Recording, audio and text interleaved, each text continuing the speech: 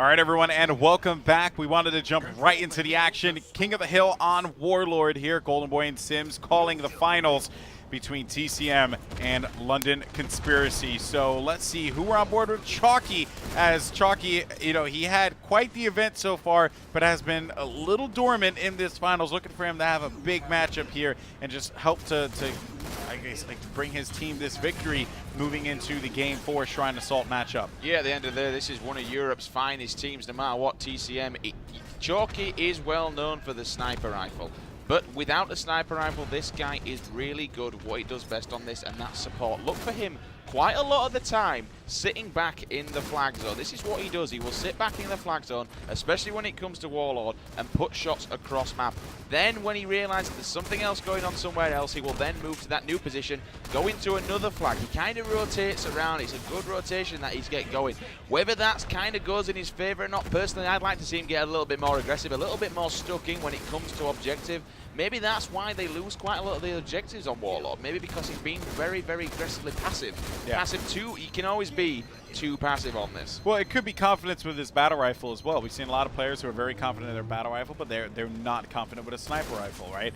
But alternatively, it works this, a different way, right? Where you're confident in your snipe but not confident in your BR. So Chalky thinks his role should be more of a support role, just looking to help his teammates to be able to secure those key positions. But he does have a great long-range BR, and you can't credit that to his ability with the sniper rifle too. So always a give and take here with the way Halo is. But let's see what's going on with the other side here. You gotta highlight Septic, because Septic had I would say, just an amazing game 5 in that first best of 5 series, being the guy who was able to come up and clutch that last moment there, and he was also top of the leaderboards too. So Septic has been playing great, and it seems like London Conspiracy are going to continue to build upon this lead. The one thing that surprises me more than anything is how he does the objective, but also does the slaying at the same time. You see him, he's not just doing one or the other. He will literally sit down, and there you go on screen there. He was getting some hill time before that, picks up a killing spree, does finally go down, taking that support position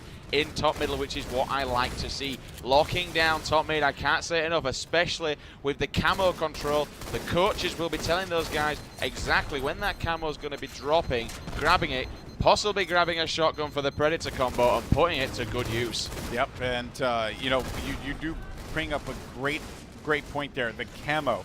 Right, it's been such a factor in Warlord matches. It's essentially a power weapon in itself. So it is vital that these players, these coaches, are going to be timing it. Septic finding one player, going for the cross-match shot there, as he has to back up. But still, despite him having no shields, continuing to lay down shots on his opponents, being as effective as he possibly can. Definitely what you want to see out of a teammate there. But to point out how Frag B and the crew have been playing this, they have the lead. It is a fragile lead, though. Can't go away. But still, though, they've been on the hill each time it's moved forward to the next objective.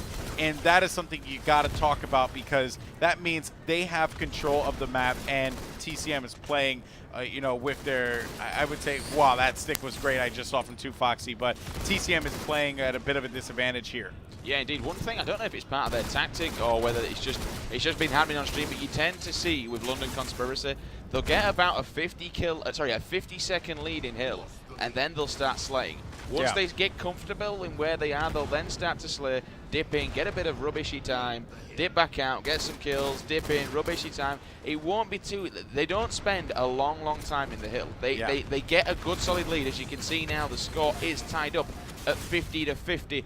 Looking for some big hill time, each player at the moment. We are on board with Septic, who's currently in death screen. Going to be sticking with him off the once he spawns. Yeah. Well, actually, no. I want to go off of Septic here and show some Blackjack, because Blackjack just picked up the camo, and that was brilliant timing. Didn't intend that at all. But Blackjack with the camo, looking to do some, looking to cause some damage. But you know what? TCM had other plans there. Camo ineffective yet again. Let's see what's up with TCM, and most importantly, let's see what's up with Ramirez. It seems like he's going to be playing the base game here for his team as well. That were Riot's giving the camo guy the perfect fall to the back of the head and sending him down. That's what we like to see. The ICU medal did pop up. for Riots, but we are currently on board with Mr. Ramirez, Captain Rami. At this moment in time, we can hear him loud in the background, loud and proud. This guy likes to get his team hyped up. He calls the shots, he tells them where to go. Again, he's the one that enjoys doing the dirty work. Currently looking over to Grenade E-Hill, as in he's going to be coming up in 7 seconds. Hill will be moving. Yeah, and you know, 67 to 60 here. Again, the lead continuing to just go back and forth between these two squads. Ramirez is going to play the bases here. Let's see what's going on with 2Foxy. 2Foxy, an absolutely incredible BR, has the pro combo in hand, gets the melee as well. He does have no shields, but still, though, able to provide that long-range support with the battle rifle. And although he is picked off, he was able to get a few hit markers, which could prove to be effective.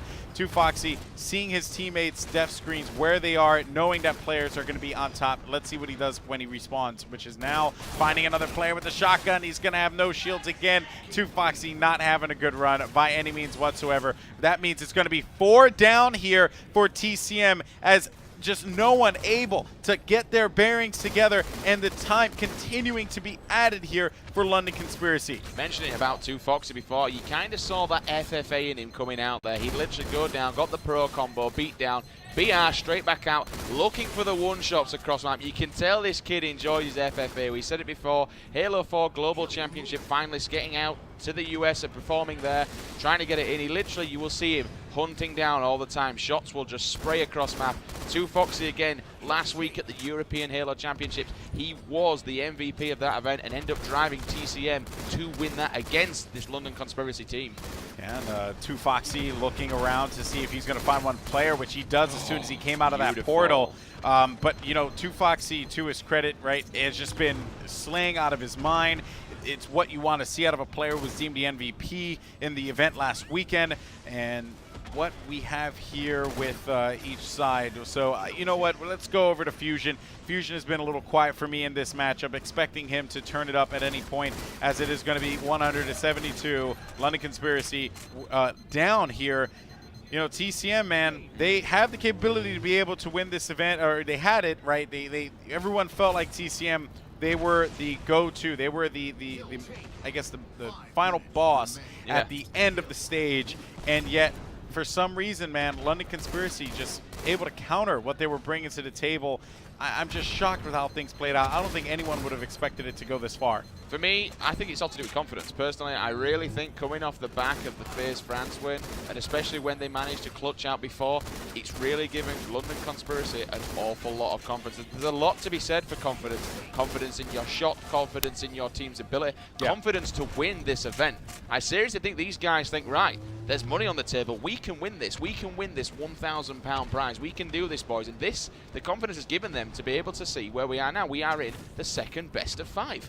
Yeah, well, with 4 minutes and 15 seconds on the clock, and you're talking about that confidence, it's going to have to come into play here, Sims, because TCM does have a sizable lead. And although, you know, although LC is able to just, again, chip away at that ever so slightly, TCM can give up a couple of those garbage points there to LD and just continue to play their game, continue to just play control here, which is something that you've been wanting to see out of TCM throughout this, throughout this series and those final 3 games in that first best of 5. However, like you said, it's not comfortable whatsoever, but that's the first 9 seconds. They hit the 100-point club, and that's the first 9 seconds that they've had in about 20 to 30 seconds. They've not actually really moved much from there.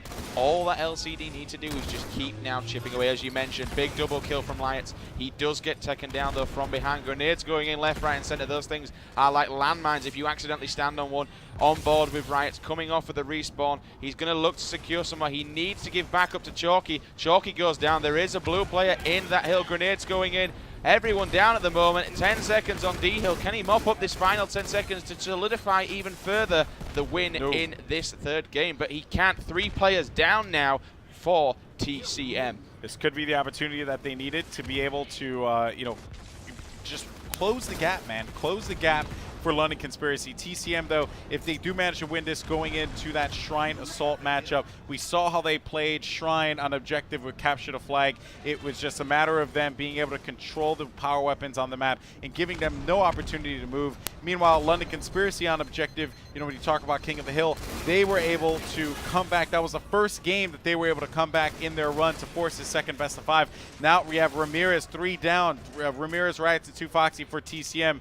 And the score is going to be 134 to 196, 197. Finally, you're starting to see London Conspiracy get some time in the hill. Despite their great slaying, you know, TCM, with that 1 or 2 players left alive, have been able to hold them off from making any plays happen that whole time, which is rather impressive. They're actually securing this E-Hill and taking all the time now. 110 to 134 the score. Still everything to play for as we hit the 2-minute mark of remaining time. Still, it's not undoable. They can win this, but they just need to lock it down. There were 4 players down there for TCM. London Conspiracy captivated on that and managed to bring it back to just a 21-point game deficit. Personally, if they just go and grab top mid now and lock it down, they need to get Riots out of here. He literally, he's a big man and he's a big pillar. He's a big personality. You can see on there were 3 down for TCM. Again, I'm not sure who that is in the hill. I believe that was Fragby, but he's just gone down. They need to lock top middle down and keep a hold of it. Yeah, let's see, Ramirez with the pro combo. He's going to find 1 player. He will get the assist, though, thankfully for him. And another player right in front of him. Ramirez looking to get the kill, opting to jump out of the portal instead, seeing if this guy is going to foolishly challenge him. And looking over to top middle, but there's going to be 2 players there, as a matter of fact. I don't think he was aware of the back whack that was behind him.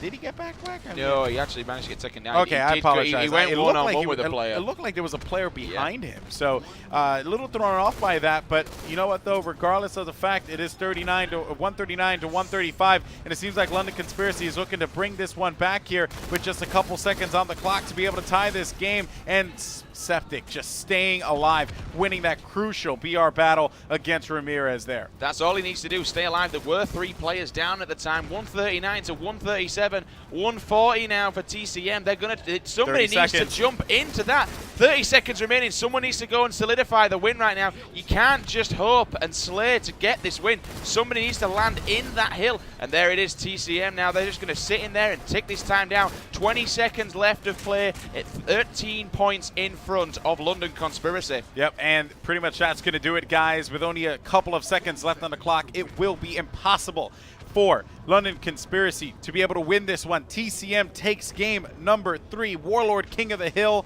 with a score of 152 to 137. One more game for TCM, and they will be your Gfinity Halo 2 champions. That game type coming up next, Shrine Assault. But if necessary, we will end it all back at Warlord for another Team Slayer. Indeed, but you know for a fact that they're not going to go down without a fight.